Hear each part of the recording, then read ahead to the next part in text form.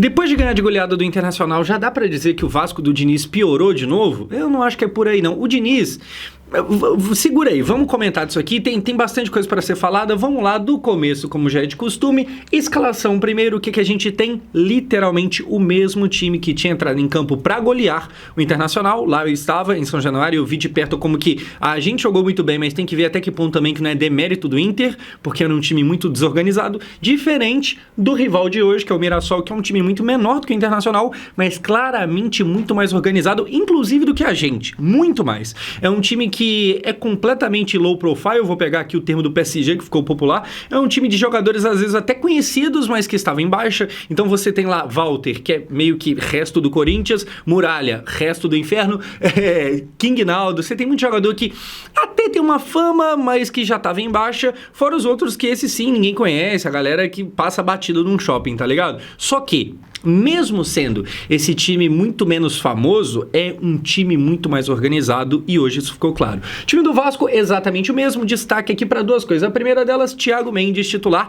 Ele que eu perguntei no meu último vídeo, eu tava lá no estádio e às vezes a gente nem sempre consegue ter uma noção tão boa quanto vendo pela TV, porque tem ângulo ali, dependendo de onde você tá, que você não consegue acompanhar tão bem o jogador. E eu tinha perguntado por que vocês acharam, eu gostei, mas sei lá.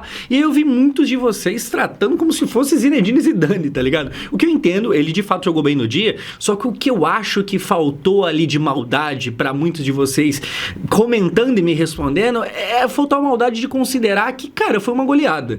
E em dia de goleada, normalmente todo mundo parece muito melhor do que realmente é. E eu nem tô falando isso aqui pra falar que ele é ruim não, tá ligado? Mas eu acho que o pessoal tava alçando ele a um lugar que calma, tá ligado? Foi realmente a primeira vez que ele jogou de titular, mas não foi a primeira vez que ele jogou. Ele já tinha entrado em outros jogos, entrado muito mal. Essa foi literalmente a primeira vez que ele jogou bem e já tinha gente tratando como, meu Deus do céu, chegou a solução dos problemas, calma. Eu até espero que ele, de fato, faça por onde continuar sendo titular, mas hoje, por exemplo, já foi um tom abaixo, ele mesmo sabe disso.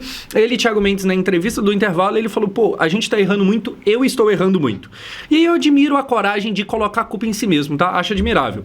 Mas eu vou admirar ainda mais se ele não precisar nem de ter coragem, porque se ele parar de errar. Aí eu admiro ainda mais. Enfim, esse é o primeiro tópico aqui de destaque. O segundo, a camisa que ele tá usando, que é a camisa nova do Vasco. Nova entre aspas não, é nova. Eu acho que é mais entre aspas do Vasco do que nova. Nova ela é, do Vasco também é, só que não é tanto assim porque não é uma camisa que vai ser muito usada. Eu arrisco dizer que tem grande chance de essa ter sido a primeira e a última vez. É uma camisa meio que especial, é a tal da Combat, foi lançada inicialmente lá pela capa lá nos anos 2000 e aqui é meio que relançada e tal. É o típico bagulho que vai pra item de colecionador, tá ligado? Enfim, não é lá das mais bonitas não. Lembrando que ano que vem o Vasco será Nike. Que cá entre nós, é um bagulho que eu sempre quis desde criança. O que eu sou puxa-saco da Nike é brincadeira. E olha que assim, no futebol mais recente, a Adidas tem acertado mais do que a Nike. Mas o que eu sou puxa-saco da Nike, o que eu vou gastar de dinheiro não tá escrito, meu Deus do céu. Enfim, vamos falar do jogo. Tem muita coisa aqui, presta atenção, porque o vídeo de hoje a gente tem que trazer uns dados aqui bem interessantes. E aí, falando em dados, falando em estatística do futebol, Flash Score, patrocinadora do vídeo de hoje, e eu nem vou enrolar muito aqui, nem precisa pular essa parte, tá ligado? Eu só quero que você saiba que todos os números e dados que eu vou trazer aqui, você também pode ter nota dos jogadores e tal, link aqui embaixo, completamente gratuito, patrocinam a gente aqui, eles apoiam a gente, muito patrocínio, né? Eles têm muitos vídeos aqui no canal, é o melhor aplicativo, é o que eu uso, baixa aí, link aqui embaixo, certo? A gente vai trazer alguns dados aqui bem interessantes, aguarde. Vamos falar de bola rolando, pessoal, o que a gente tem logo no começo? Léo Jardim quase que fazendo cagada. E aqui eu acho que é retrato de um Léo Jardim que sempre teve um problema na minha visão, que eu não vejo muita gente falando sobre, que é o quê? O Léo Jardim é muito bom goleiro? Muito bom goleiro, mas tem um problema no Léo Jardim que muita gente não percebe, ele joga mal com os pés. Pra mim, sempre foi uma coisa fácil de se notar, mas eu não vejo muita gente comentando sobre isso. Eu vejo que, ainda mais agora com o Diniz, a bola vai mais nele do que eu gostaria que fosse, porque ele é o tipo de goleiro que quando a bola chega nele com os pés, ele não me passa muita confiança, mesmo assim o pessoal continua recuando bola pra ele sem pensar duas vezes, o que eu acho um erro. E por que eu tô falando isso aqui? Por causa desse lance no comecinho, a bola é recuada pra ele, tranquilo, não tinha ninguém nem marcando perto, ele demora, não toma decisão, a marcação vai chegar, ele chuta, a bola explode e cria um problema, quase que um gol aqui sofrido. Cara, assim, o erro é completamente dele. Assim, ele recebeu a bola em condição tranquila, ninguém tocou pra ele na fogueira e tal, tava de boa, ele tinha tempo, ele teve tempo, ele erra e ele vai lá e reclama ainda com quem deu o passe, com a galera que não deu opção e tal. Sabe aquele momento que você erra, que era pra você baixar a cabeça e pedir desculpa, e na verdade você tá reclamando com alguém?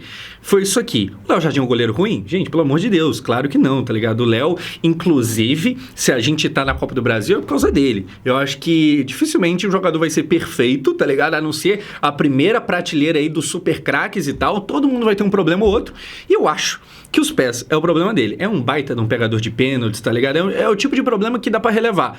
Mas eu acho, como eu falei, que essa bola deveria ir menos pra ele com os pés. Ele claramente, pra mim, sempre teve uma dificuldade com isso. No último jogo lá contra o Inter, eu até tava comentando e tal, direto a bola ia pra ele, e ele chutava direto pra fora. Eu nunca gostei muito dele com os pés. Hoje aqui, com que ele faz uma cagada e ainda saiu reclamando.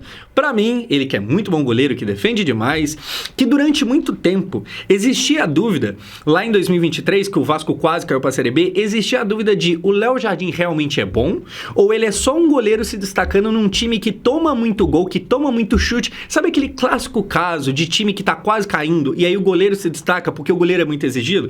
Existia essa dúvida de, ele é bom de verdade? Ou é porque o Vasco é tão ruim que ele acaba aparecendo? E não, eu acho que ele é bom de verdade. Não à toa, foi pra seleção brasileira, continua sendo importante.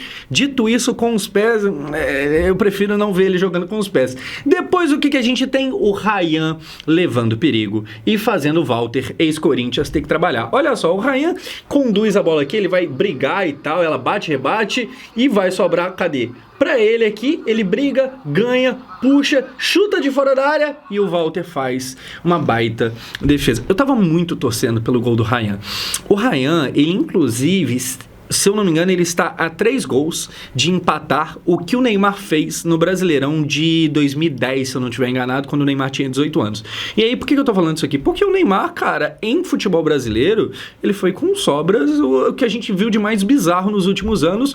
E se você for ver número de gols, o Ryan tava a 3, está apenas 3 gols. Eu acho que agora não vai empatar, muito menos ultrapassar, mas a quantidade de gols muito próxima mostra como foi bizarro o ano dele. O Ryan, eu nem sabia disso, mas com os 2 últimos gols do último jogo, ele inclusive conseguiu fazer algo que o Roberto Dinamite nunca fez, que é essa quantidade de gols com menos de 20 anos, tá ligado? Assim, é muito foda. Na mesma hora, também nos lembra mais uma vez o quanto que o tal do Neymar era bizarro, né? Eu sei que o vídeo aqui nem tem muito a ver com ele e tal, mas assim, o Neymar fez, além de dribles e todas as gracinhas e tal, ele fez 17 gols com 18 anos no Campeonato Brasileiro, jogando pelo Santos.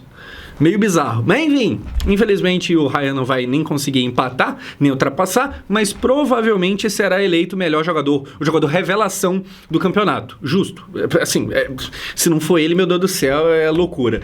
Depois o que a gente tem? Vai terminando o primeiro tempo e o Zanovelli, o técnico não, o árbitro do dia é muito ruim. Nesse momento aqui, 44 do primeiro tempo, o que a gente teve acontecendo? Um momento pra lá de esquisito, o tipo de coisa que normalmente você vê acontecendo no Vasco mesmo. O que aconteceu? O juiz, o Zanovelli, ele marcou uma falta pro Vasco, em favor ao Vasco, e aí o Diniz reclamou falando que ele é muito ruim. Aí você fala, por quê? Porque não foi falta. Foi falta. E é até engraçado você ter o Diniz ali, foi falado isso na transmissão, né? O pessoal reportou ali que o Diniz reclamou mesmo a falta sendo pra gente, porque de fato não foi falta. O Coutinho perde ali a bola, sabe? À toa, na moral, sem ter tido nada acontecendo, nada faltoso, e mesmo assim ele marca, porque assim, se olhar muito torto, ele já tá dando falta. Pica o jogo pra caramba, o jogo não acontece, fica chato, e é muito na conta dele. Nossa, que arbitrozinho ruim. Dessa forma, termina o primeiro tempo.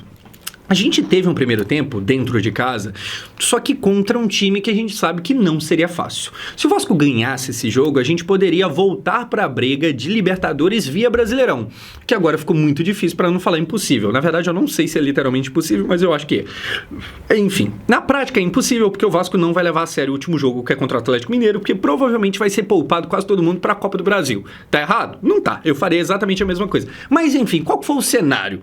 O cenário foi, eu acho que no geral, o Mirassol foi melhor, mas existiram momentos que o Vasco esteve melhor, então foi um primeiro tempo muito aberto e tal. Em números, 46% de posse de bola pra gente, um pouquinho menos do que pra eles, 54%. Em finalizações, 4-6. Eles finalizaram 2 vezes mais. Finalizações no gol, 2-1 para eles. Então, assim, como eu falei, eu acho que no geral eles foram melhor, mas existiram momentos que a gente estava melhor durante os primeiros 45 minutos. Foi um jogo bem aberto e tal, um jogo bem honesto, um jogo que, pelo menos no primeiro tempo, nem dava para reclamar muito. E no segundo?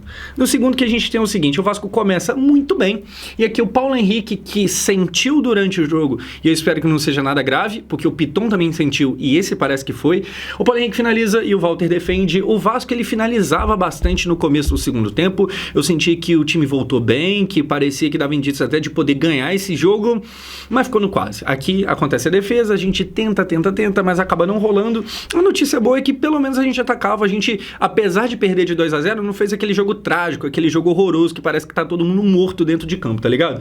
Depois a gente tem, na verdade, depois não, é o lance, o vídeo dessa jogada. O passe ruim do Andrés Gomes, que deveria ir pro Ryan, acaba indo lá do outro lado, e aí o Paulo Henrique recebe, ajeita, chuta, acontece a defesa. Agora sim, depois do que a gente tem, o Piton caindo e gritando muito de dor e saindo chorando.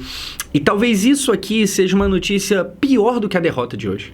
Porque cá entre nós, apesar de ser em casa, apesar de ser no São Januário, cá entre nós aqui, perder pro Mirassol não é nenhuma vergonha não. Pelo menos não esse ano. Então, assim, não é nada... Nossa, que surpresa, perdemos pro Mirassol, ninguém conseguiria imaginar isso. Não é o caso.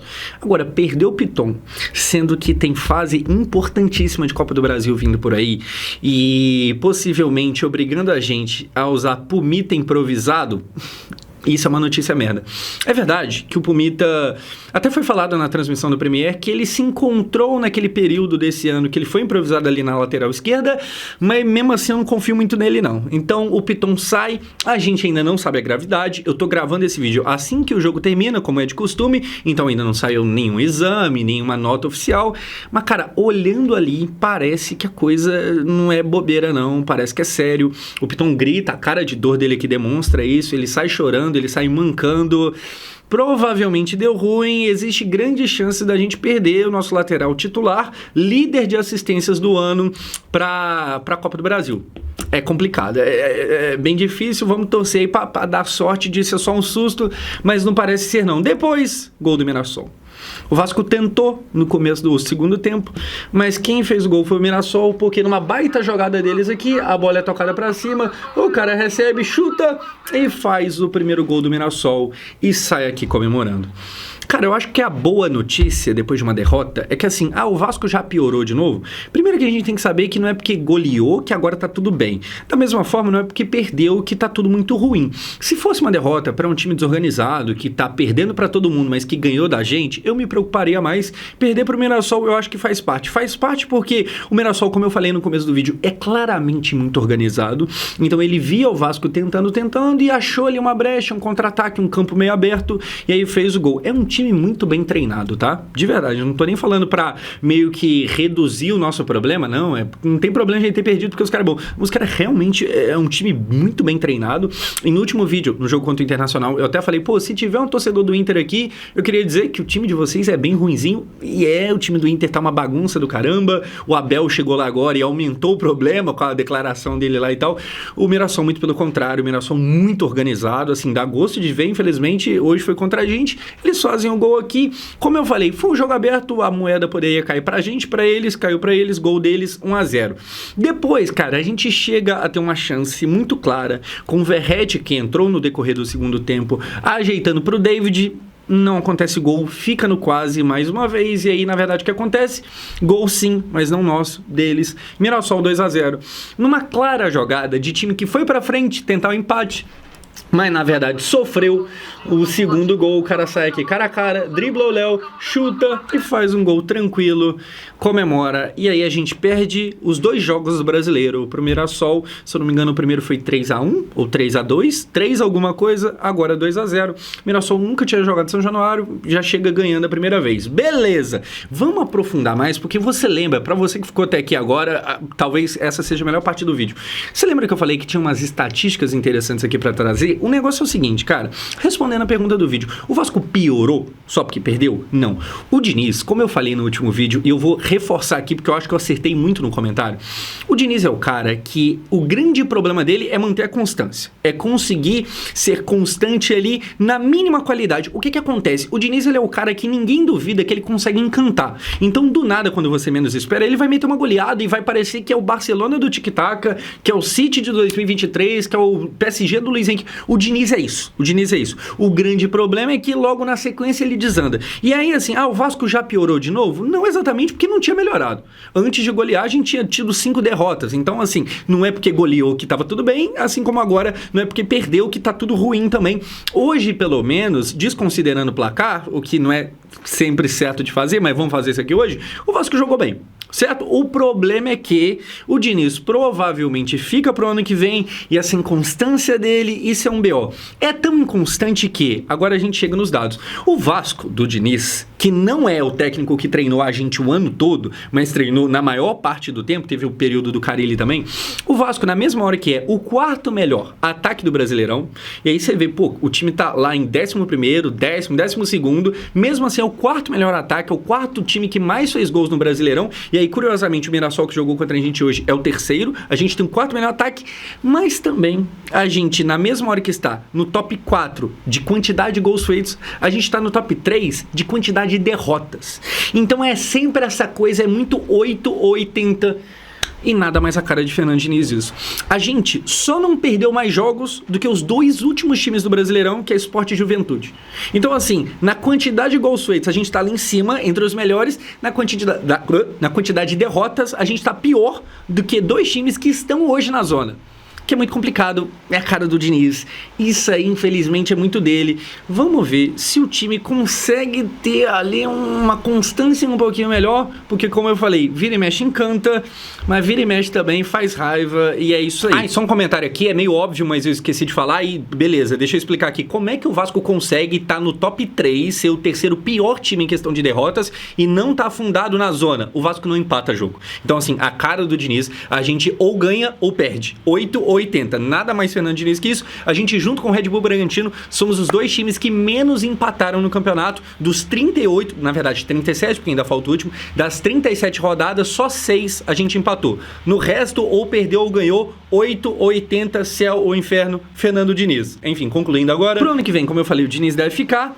Me preocupa porque ele tem que aprender a ficar mais ali na nota média e não só no, sabe, no espetacular ou no terrível. Agora, outra coisa que é pior do que isso aqui é essa informação aqui.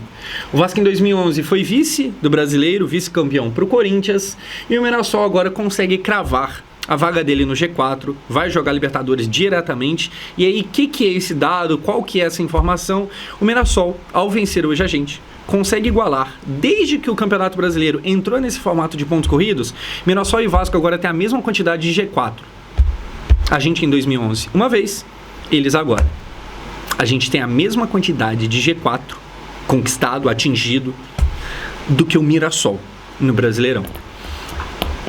É bizarro porque, assim, gente, apesar do grande ano do Mirassol assim, Mirassol minúsculo, Mirassol não existe perto do Vasco.